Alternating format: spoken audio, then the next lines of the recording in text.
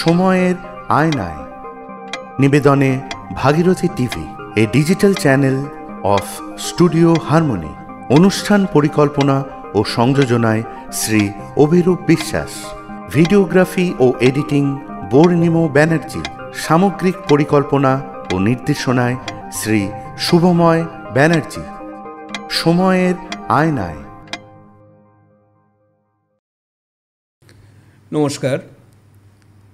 আজকে ভাগীরথী টিভির পক্ষ থেকে এই চ্যানেলে যারা আমাদের অনুষ্ঠান সম্পূর্ণ নতুনভাবে এসেছে সময়ের আয়নায়, আমি অভিরূপ বিশ্বাস এই কদিন ধরে যে সমস্ত পর্ব চলবে তার সঞ্চালনার দায়িত্ব দিয়েছে আমাকে ভাগীরথী টিভির কর্ণধার শুভময় ব্যানার্জি। আমার আগেও যে প্রতিশ্রুতি ছিল যে আমরা কেবল সঙ্গীত আবৃত্তি নাটক এমনতর বিষয় নিয়ে কেবল অনুষ্ঠান করব না, সমাজের আরও যে বিভিন্ন ক্ষেত্রগুলো আছে এমনকি রাজনীতি পর্যন্ত আমরা আমাদের এই অনুষ্ঠানে ধরবার চেষ্টা করব। তো আজকে একটা ভিন্নতর অনুষ্ঠান নিয়ে আপনাদের সামনে এসছি। সেটা হচ্ছে যে প্রবাদ প্রতিম চলচ্চিত্রকার শ্রী মৃণাল সেন, তার এবছরে জন্মশতবর্ষ। উনি 1923 সালের জন্মগ্রহণ করেন। 2023 মানে এটা বিশেষভাবে বলার যে বহু মনীষী এবং বহু মানুষের জন্মশতবর্ষের জন্য আমাদের অনেকটা অপেক্ষা করতে হতো আর কি। কিন্তু এই মৃণাল সেনের ক্ষেত্রে যেটা হয়েছে, বোধহয় 97 বছর বয়সে উনি মারা যান, যার 3 বছর বাদেই আমাদের জন্মশতবর্ষের অনুষ্ঠানে যেতে হচ্ছে। তো এই জন্মশতবর্ষ উপলক্ষে আমরা আজকে একটি ছোট অনুষ্ঠানে এসেছি। শ্যামল সেনগুপ্ত, ভারতীয় গণনাট্য সংঘ মুর্শিদাবাদ জেলার নমস্কার, সাধারণ সম্পাদক, এবং অধুনা যে মৃণাল সেন জন্মশতবর্ষ যে উদ্যোগটা নেওয়া হয়েছে তার অন্যতম আহ্বায়ক আর কি। তো শ্যামলদাকে আজকে আমরা পেয়েছি মৃণাল সেনের বিভিন্ন বিষয় নিয়ে আলোচনা করার। আমরা তো কিশোর বয়স থেকে মৃণাল সেনের কম ছবি দেখিনি, এবং একদিন প্রতিদিন বলুন, খারিজ বলুন, পরশুরাম বলুন, প্রত্যেকটি ছবি আমাদের মধ্যে একটা অন্যতর আলোড়ন তুলেছে। আমরা হলের বাইরে থেকে বেরিয়ে আমাদের তো সত্যিই মনে হয়েছে যেমন একদিন প্রতিদিনের যিনি বরদিদি তিনি ফিরছেন না, সারা রাত্রি ধরে তিনি ফিরছেন না, তাকে নিয়ে যে উদ্বেগ, বাড়ির মানুষের যে উদ্বেগ, সেই উদ্বেগের সাথে তো আমরাও উদ্বিগ্ন হয়েছি।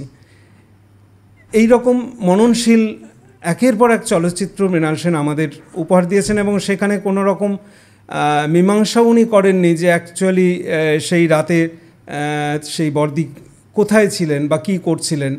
এমনতর প্রশ্ন মৃণাল সেন আমাদের সামনে রেখে উনি নিজে সরে গেছেন আর কি সেই ছবি থেকে।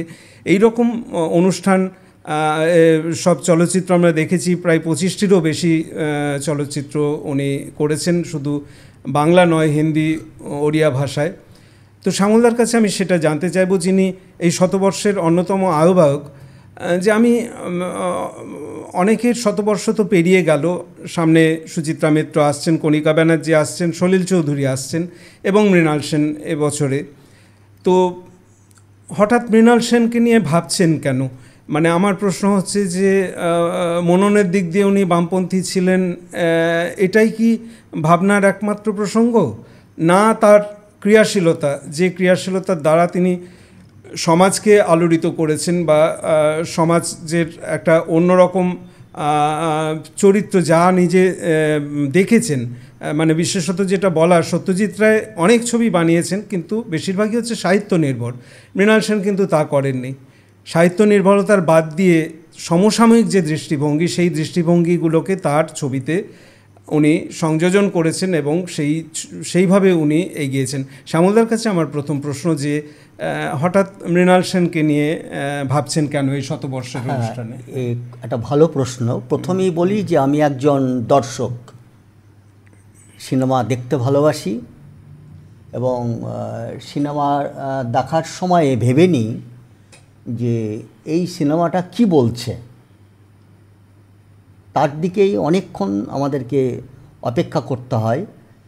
মৃণাল সেন সেই রকমই একজন ব্যক্তি। প্রসঙ্গটা অনেকে অনেক রকম ব্যাখ্যা দিচ্ছেন, যে তিনি রাজনীতির লোক বলেই অনেকে বিশেষ করে তার বামপন্থী যে ভাবনা চিন্তা তার ওপর ভিত্তি করেই তার জন্মশতবর্ষ উদযাপন হচ্ছে। বিষয়টা ঠিক আমরা এই জায়গায় রাখতে চাইছি না।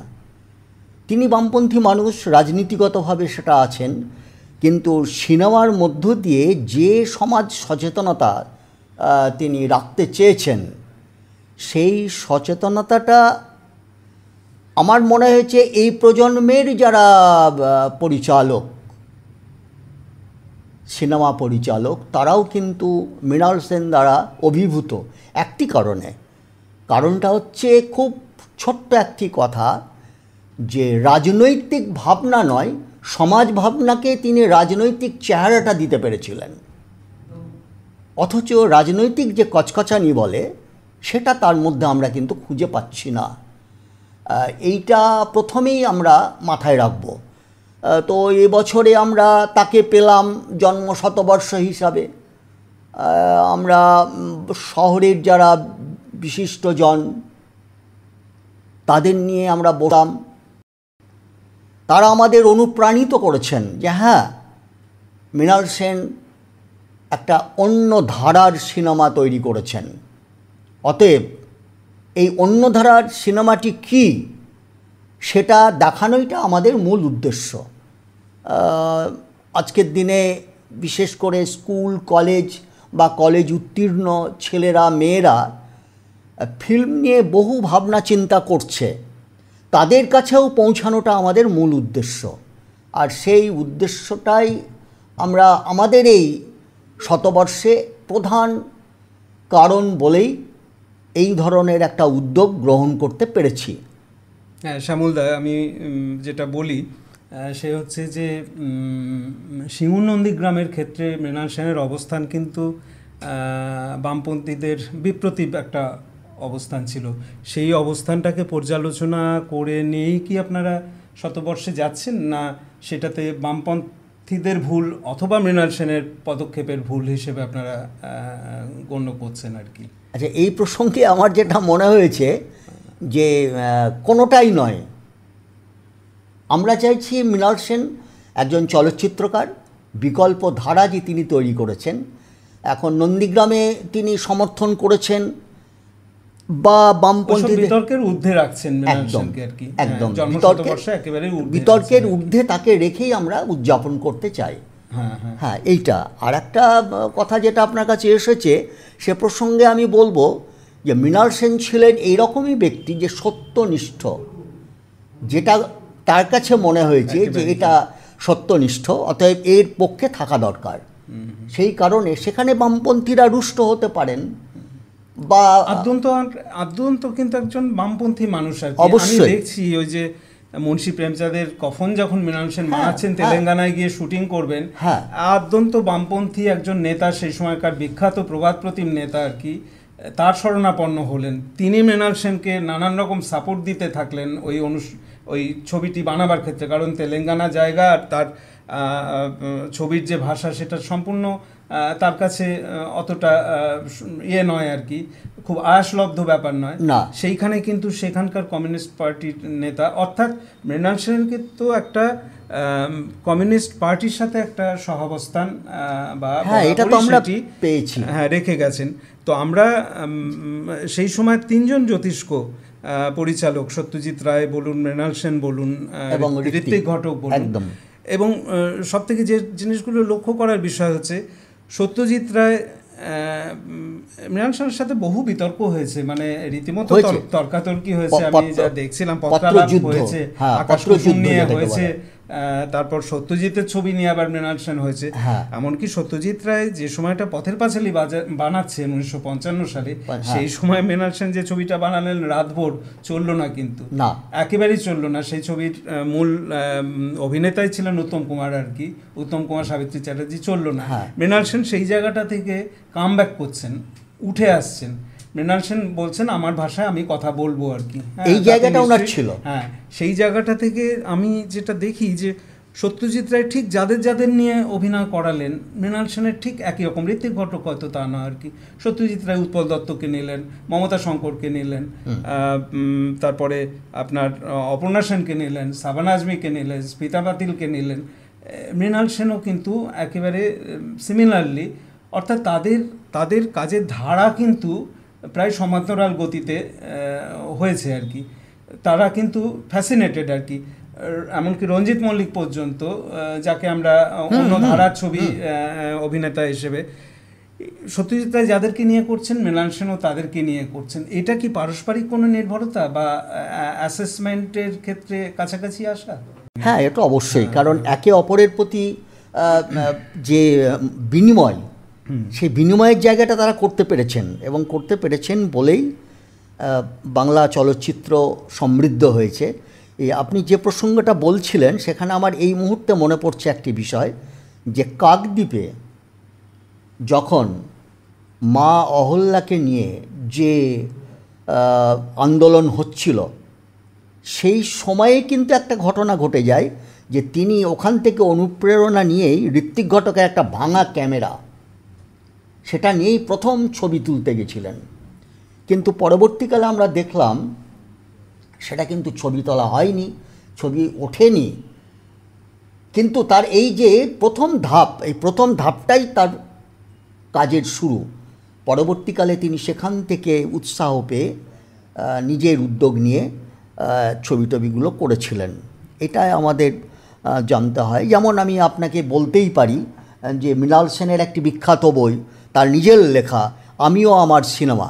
এটা যদি আমরা একটু ফলো করি, আমরা তো মৃণাল সেনের প্রতিবেশী নই, কিন্তু মৃণাল সেনের লেখা এই যে বইটি অসম্ভব সমৃদ্ধ বই, এবং আমিও আমার সিনেমাতে তিনি যাবতীয় কথা বলে গেছেন। অন্য কিছু আমরা ভাবতে পারছি না এই বইটিকে বাদ দিয়ে। লেখা এবং ওর ওপর আবার অনেকেই আলাদা বিষয় লিখছেন। সব থেকে বড় ব্যাপার আমার যেটা বলার আর কি, অদ্ভুত একটা পর্যবেক্ষণ ক্ষমতা আর কি সমসাময়িক সমাজ সম্পর্কে। আমি আপনাকে বলি, সেটা হচ্ছে যে শেষ যে চলচ্চিত্রটি বানালেন, তৃতীয় ভুবন বোধহয়, আমার ভুবন কি তৃতীয় ভুবন এরকম হবে, সেইখানে উনি দিল্লিতে বসে আছেন, তখন চলছে কার্গিল যুদ্ধ আর কি। উনি টিভি দেখছেন, টিভিতে একজন শ্রমিককে জিজ্ঞেস করছে যে কার্গিল যুদ্ধ সম্পর্কে আপনি কি জানেন, কি বলছেন, আপনার মতামত কি যে কার্গিল যুদ্ধ। তখন সেই শ্রমিকটি বলছে, যার একেবারে কপটদক্ষিণ অবস্থা ওই সময় যুদ্ধের আবহে, নুকসান অর্থাৎ লোকসান। এইটা ওকে এমন প্রভাবিত করলো মৃণাল সেনকে, মৃণাল সেন টিভি অফ করে সারা রাত্রি ওটা নিয়ে ভাবতে শুরু করলেন, এবং তারপর ওই তৃতীয় ভুবন বানালেন কৌশিক সেন নন্দিতা দাসকে নিয়ে, যে শেষ যে ছবিটা বানালেন। এইরকম অজস্র কাজের মধ্যে তাতে দেখা যায় যে হিন্দি ছবি, যেটা ভুবন সোম উনি বানাচ্ছেন আর কি। ভুবন সোম ইচ্ছা ছিল বাংলায় বানানো, কিন্তু তারপরে উনি গিয়ে হিন্দিতে বললেন, যিনি প্রডিউসার ছিলেন তিনি বললেন হিন্দিতেই আপনাকে করতে হবে এবং হিন্দিতে করুন, এবং অমিতাভ বচ্চনের সাথে যোগাযোগ এবং তার ভয়েস ওভার সেই ছবিতে কাজে লাগানো। তো এই যে একটা মুক্ত চিন্তার যে আমার প্রয়োজনে আমি যাকে প্রয়োজন মনে করব তাকে লাগাবো আর কি। সুহাসিনী মূলে ধরুন, সাবানা আজমি ধরুন, কি স্মিতা পাতিল ধরুন, তাদেরকে নিয়েছেন এবং প্রত্যেকটি কাজ সফল আর কি। আপনি আকালের সন্ধানে বলুন বা নাসিরুদ্দিন শাহ, ওমপুরি, ছবির প্রয়োজনে আসছেন। তারা সবাই খুব বিখ্যাত এই বলে কিন্তু তারা আসছেন না, ছবিকে তারা সঠিকভাবে চলচ্চিত্রায়িত করতে পারবেন, এইটাই ছিল মূল লক্ষ্য আর কি। সেই দিক দিয়ে দেখতে গেলে আমার যেটা মনে হয়েছে যে অন্তরীণে ডিম্পল কাবাডিয়ার স্টার ভ্যালুটাকে ব্যবহার করা হয়েছে বলে আমার মনে হয়েছে। যেরকম গৌতম ঘোষ অন্তর্জলি যাত্রাতে শত্রুঘ্ন সিনহাকে দিয়ে কাজ করলেন, এটা ঠিক আমার মনে হয়নি যে ওই মাপের অভিনেতা অভিনেত্রী ডিম্পল কাবাডিয়া ছিলেন। আমার মনে হচ্ছে কোথাও একটা প্রভাবিত হয়ে স্টার ভ্যালুটাকে ব্যবহার করেছেন, যে ছবিটা তো বাংলায় হচ্ছে আর কি, এবং দর্শক সাধারণকে জানাই ওই ছবির অন্যতম একটি চরিত্র আমাদের বাঘুদা, তন্ময় সান্যালের ছেলে তবলা, সে অভিনয় করেছিল ওই ছবিটাতে। ও দুটি ছবি, চেদানন্দ দাশগুপ্তর একটি ছবি। তো যাই হোক, সেটা প্রসঙ্গ না। সেটা হচ্ছে যে মৃণাল সেনের জন্মশতবর্ষকে সারা বাংলায় পালন করা, আপনাদের যে কেন্দ্রীয় কমিটি তারা তো অলরেডি সেটা উদযাপন করেছেন, হয়েছে। আপনার পরিকল্পনা একটু যদি আসলে কি করতে চান এইটা নিয়ে আমরা যখন বসেছিলাম বিভিন্ন জনকে নিয়ে, তখন একটা প্রস্তাব আসলো যে আমরা কিছু ফিল্ম দেখাবো।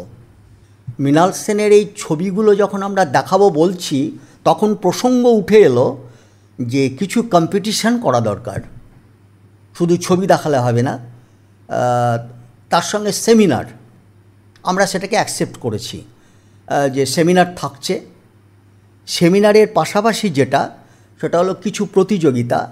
আমি প্রতিযোগিতার ডিটেলে যাব না। 3টি প্রতিযোগিতা থাকছে। শর্ট ফিল্ম তৈরি হবে 10 মিনিটের মধ্যে, সেই প্রতিযোগিতা। আর একটা আমরা রাখছি কুইজ প্রতিযোগিতা, আর একটা রাখছি গানের প্রতিযোগিতা। এই 3টি প্রতিযোগিতা, তার সঙ্গে সেমিনার এবং এদিকে ফিল্মগুলো মৃণাল সেনের। এখন এইটা হচ্ছে 13-14 জানুয়ারি। হ্যাঁ শ্যামলদা, একটু ইন্টারাপ্ট করছি, বলছি যে আমাদের তো কিশোর বয়সে একটা এরকম ধারণা ছিল, কেন এই কথাটা চালু ছিল, যে মৃণাল সেনের ছবি পুরস্কার পায়, দর্শক পায় না আর কি। অর্থাৎ পুরস্কার প্রচুর পাচ্ছেন, ভেনিস চলচ্চিত্র, কান চলচ্চিত্র বলুন, নানা জায়গায় পুরস্কার পাচ্ছেন, কিন্তু দর্শক পাচ্ছেন না আর কি। তো আজকের সময়ে দাঁড়িয়ে যে ছবিগুলো আপনারা দেখাবেন, নতুন প্রজন্ম রিলেট করতে পারবে তো? হ্যাঁ, এইটা নিয়ে গতকালকেই একজন বন্ধু বলছিলেন। এখন এ ব্যাপারে আমরা উদ্যোগ নিচ্ছি কলেজ লেভেলটাকে। আচ্ছা, কলেজ লেভেলে ছেলে মেয়েদেরকে এই ফিল্মগুলো যখন দেখানো হবে, তারা অংশ নিক। আমরা তার জন্য আমাদের জেলায় যতগুলো কলেজ আছে সব কলেজগুলোতে যাচ্ছি। সেখানে গিয়ে আমরা তাদের আমন্ত্রণ জানাবো, সেখানকার কলেজের ছাত্রছাত্রী এবং স্যাররা যারা আছেন তাদের। এছাড়া বিভিন্ন ক্লাব এবং অন্যান্য অর্গানাইজেশনগুলো আছে, সবাইকেই আমরা যুক্ত করে এগোতে চাইছি। জীবনযাপন খুব ফাস্ট হয়ে গেছে, তো সেই জন্য আমি একটা সংশয় প্রকাশ করছি, কিন্তু সংকল্প নিয়ে এগোতে হবে, সংকল্প নিয়ে এগোতে হবে। ঠিক আছে শ্যামলদা, মোটামুটি জন্মশতবর্ষ নিশ্চয়ই সঠিক এবং সুচারুভাবে পালন হবে, আমিও তার একটা অংশ। তো এই উদযাপনের সাফল্য কামনা করি। আবার আপনি সময় খরচ করে আমাদের স্টুডিওতে আসলেন, আমাদেরকে একটু সময় দিলেন, এর জন্যে ভাগীরথী টিভির পক্ষ থেকে আপনাকে আন্তরিক ধন্যবাদ এবং নমস্কার। আমরা প্রভাত প্রতিম চলচ্চিত্রকার মৃণাল সেনের জন্মশতবর্ষের অনুষ্ঠানে আছি। একটা কথা বলা, সেটা হচ্ছে যে মৃণাল সেন প্রায় 25টিরও বেশি ছবি বানিয়েছেন, কিন্তু সেখানে তার গানের ভূমিকা কতদূর, এই ব্যাপারে আমার মনে হয় যে মৃণাল সেনের ছবি যারা দেখেছেন তাদের মনেও কিন্তু কৌতূহল রয়েছে। আমরা ভাবতেই পারি না যে ও নদীরে বলে যে গানটি, বা নীল আকাশের নিচে এই পৃথিবী, এই গান দুটি যে আদৌ মৃণাল সেনের চলচ্চিত্রে ব্যবহৃত গান, এটাই বোধহয় সাধারণের মধ্যে খুব প্রচার পায়নি। যার জন্য নীল আকাশের নিচে একটা সাদা কালো ছবি, সেটা আমরা যখন দেখেছি তার গান শুনেছি, কিন্তু তার বাইরে যে গান দুটি এত জনপ্রিয়, যেটা নানা অনুষ্ঠানে পরিবেশিত হয়, আজও শিল্পীরা গেয়ে চলেন, সেটা সম্পর্কে কিন্তু আমরা ওয়াকিবহাল নই। এই অনুষ্ঠানে আমরা এমনই দুটি গান, হেমন্ত মুখার্জির গাওয়া গান নীল আকাশের নিচে এবং ও নদীরে, আমাদের সাথে উপস্থিত আছেন বিশ্বজিৎ ভট্টাচার্য, অত্যন্ত সুকণ্ঠের অধিকারী, তাকে আজকের অনুষ্ঠানে ডেকে নিয়েছি। ও নিশ্চয়ই এই গান দুটি আগেও কোথাও না কোথাও পরিবেশন করেছে। গান ছাড়া, কারণ মৃণাল সেনের চলচ্চিত্রে ব্যবহৃত গানের সংখ্যা অত্যন্ত অল্প, সেখানে গান ছাড়া কিন্তু আমাদের এই আলোচনাটা সম্পূর্ণতা পাবে না, যে কারণে বিশ্বজিতের এখানে আসা। এবং আমি বলবো বিশ্বজিৎকে যে পরপর দুখানি গানই ও আমাদেরকে একটু গেয়ে শোনাবে। বিশ্বজিৎ, শুরু করো। দুটোই হেমন্ত মুখার্জির খুব জনপ্রিয় গান। নমস্কার। শ্রী মৃণাল সেন মহাশয়ের জন্মশতবার্ষিকী উপলক্ষে আজকে ভাগীরথী টিভির তরফ থেকে আমাকে এখানে সামিল করার জন্য আমি ধন্যবাদ জানাচ্ছি। তো দিয়ে আমি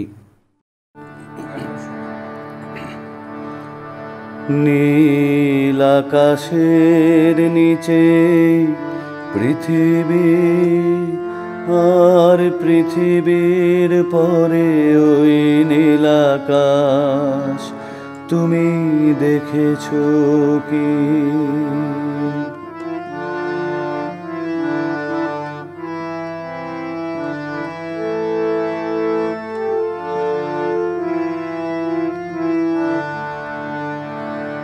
নীল আকাশের নিচে পৃথিবী, আর পৃথিবীর পরে ওই নীল আকাশ তুমি দেখেছো কি?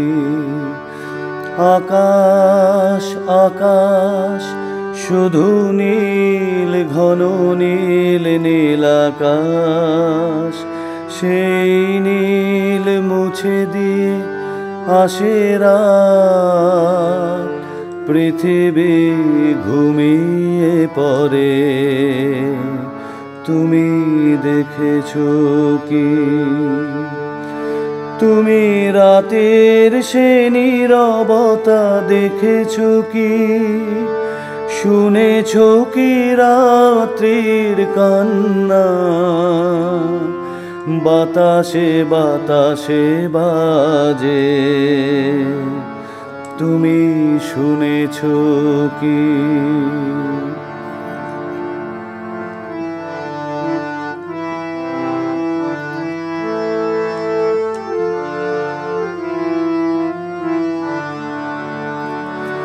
নিবিড় আধার নেমে আসে ছায়া, ঘন কালো রাত, কলরব কোলাহল থেমে যায়, নিশীথ প্রহরী জাগে, তুমি দেখেছো কি?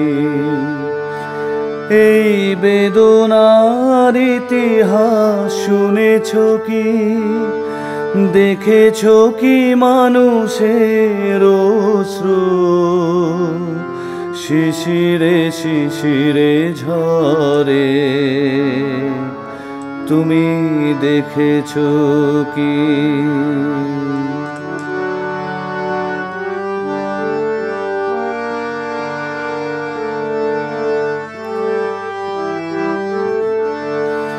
অসীম আকাশ, তারি নিচে চেয়ে দেখো ঘুমায় মানুষ, জাগে শুধু কত ব্যথা। অসীম আকাশ, তারি নিচে চেয়ে দেখো ঘুমায় মানুষ, জাগে শুধু কত ব্যথা হাহাকার। ছোট ছোট মানুষের ছোট ছোট আশা, কে রাখে খবর তার? তুমি দেখেছো কি? নীল আকাশের নিচে পৃথিবী, আর পৃথিবীর পরে ওই নীল আকাশ, তুমি দেখেছো কি? তুমি দেখেছো কি? তুমি দেখেছো কি? খুব সুন্দর বিশ্বজিৎ, খুবই ভালো। যেটা শোনা সেটা হচ্ছে যে গানের আদ্যপান্ত জুড়ে শুধু মানুষের কথা আর কি। মৃণাল সেন তো এমনই ছিলেন, মানুষের সাথে সম্পৃক্ত হয়ে যা কিছু করেছেন সব হচ্ছে মানুষের। কোনো একটা নান্দনিক ব্যাপারকে সামনে রেখেছেন অথচ সেই ছবি কিছু কথা বলছে না, এমন ছবি মৃণাল সেন কখনো বানাননি। ওর গান শুনতে শুনতে আমার যেটা মনে হচ্ছিল সেই অবিস্মরণীয় কালী ব্যানার্জির অভিনয় আর কি, নীল আকাশের নিচে, সেটাই আমি কেবল বসে বসে শুনছিলাম। আরেকটি গান ও নদীরে, এটি আরও জনপ্রিয় গান, কিন্তু ওই সময় যারা ছবিটা দেখেছেন, আজকাল তো ছবির পুনঃপ্রদর্শন সেভাবে হয় না, এই মৃণাল সেন জন্মশতবর্ষ উপলক্ষেই এই সমস্ত ছবি আবার আমাদের সামনে আসবে। আমি দ্বিতীয় যে গানটি আর কি ও নদীরে, ওইটি বিশ্বজিতের গলায় এবারে শুনবো। ও নদীরে একটি কথা শুধাই শুধু তোমারে, বলো কোথায় তোমার দেশ, তোমার নেই কি চলার শেষ। ও নদীরে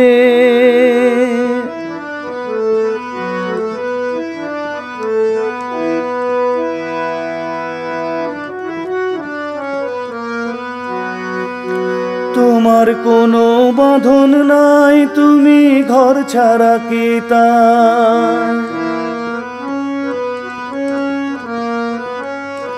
তোমার কোনো বাঁধন নাই, তুমি ঘর ছাড়া কি তাই। এই আছো ভাটায়, আবার এই তো দেখি জোয়ারে, বলো কোথায় তোমার দেশ, তোমার নেই কি চলার শেষ। ও নদীরে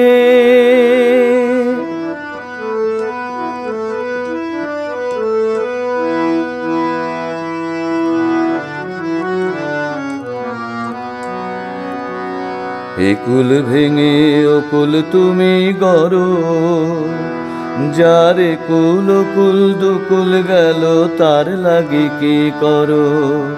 একুল ভেঙে ওকুল তুমি গড়ো, যারে কুল কুল দুকুল গেল তার লাগি কি করো।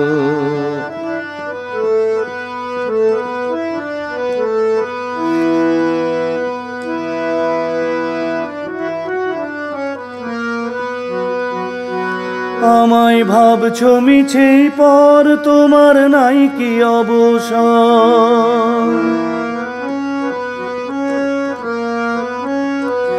আমায় ভাবছো মিছেই পর, তোমার নাই কি অবসর। সুখ দুঃখের কথা কিছু কইলে না হয় আমারে, বলো কোথায় তোমার দেশ, তোমার নেই কি চলার শেষ। ও নদীরে একটি কথা শুধাই শুধু তোমারে, বলো কোথায় তোমার দেশ, তোমার নেই কি চলার শেষ। ও নদীরে। বিশ্বজিৎ, ভাগীরথী টিভির পক্ষ থেকে তোমাকে আজকের এই অনুষ্ঠানে তুমি যেভাবে সহযোগিতা করে এলে, আগামী দিনেও আমাদের প্রয়োজনে যাতে তোমাকে পেতে পারি, পেলে আমাদের ভালো লাগবে। মৃণাল সেন জন্মশতবর্ষ উপলক্ষে আমরা আলোচনা তো করলামই, তার সাথে তার ছবিতে ব্যবহৃত দুটো গানকেও আমরা রাখতে পারলাম। এই কারণেই আমি ভাগীরথীর পক্ষ থেকে তোমার কাছে কৃতজ্ঞতা জানাচ্ছি। নমস্কার, ভালো থেকো। নমস্কার সকল দর্শককে আমার ভাগীরথী টিভির তরফ থেকে নমস্কার জানাচ্ছি। আমি যেহেতু এখানে আজকে এসছি এবং আমারও খুব ভালো লাগলো আমাকে এই অনুষ্ঠানে আমন্ত্রণ জানানোর জন্য। ধন্যবাদ। সময়ের আয়নায় নিবেদনে Bhagirathi TV, a digital channel of studio harmony. অনুষ্ঠান পরিকল্পনা ও সংযোজনায় শ্রী অভিরূপ বিশ্বাস, ভিডিওগ্রাফি ও এডিটিং বর্ণিমো ব্যানার্জি, সামগ্রিক পরিকল্পনা ও নির্দেশনায় শ্রী শুভময় ব্যানার্জি। সময়ের আয়নায়।